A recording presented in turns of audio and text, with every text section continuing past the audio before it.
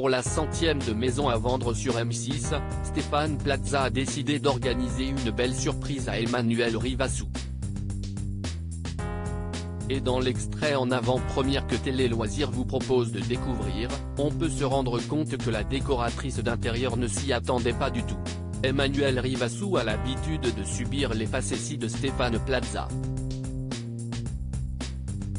Alors, quand ce dernier s'absentait en promettant de ramener quelque chose à sa décoratrice, la jeune femme se méfie.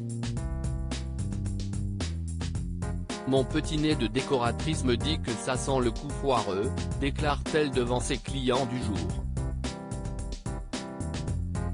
Mais, pour une fois, le trublion de la 6 semble avoir réservé une vraie bonne surprise à son associé de longue date. Télé Loisirs vous propose de découvrir la séquence dans l'extrait en avant-première ci-dessus.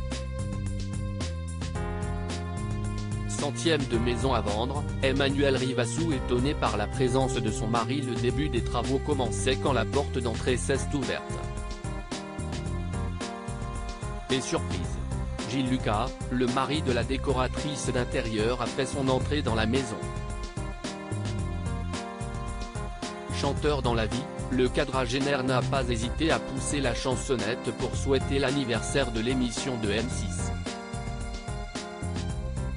L'experte de la rénovation n'a pas pu réussir à contenir son large sourire à la vue de son mari. Marilyn Monroe n'était pas libre.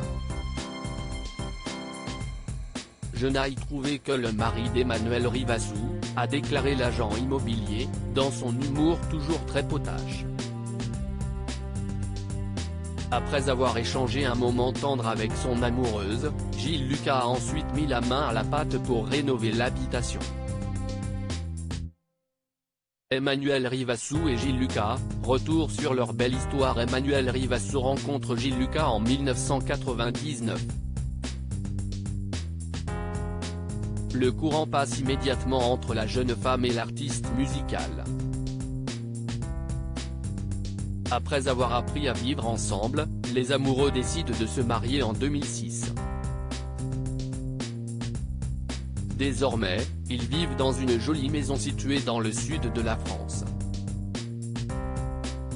Pour égayer le quotidien du couple, ils ont accueilli un animal de compagnie, Bonnie, une petite chienne. Elle n'a qu'un seul œil et a une patte tordue, déclarait-elle au sujet de celle qu'elle a récupérée dans un refuge réunionnais.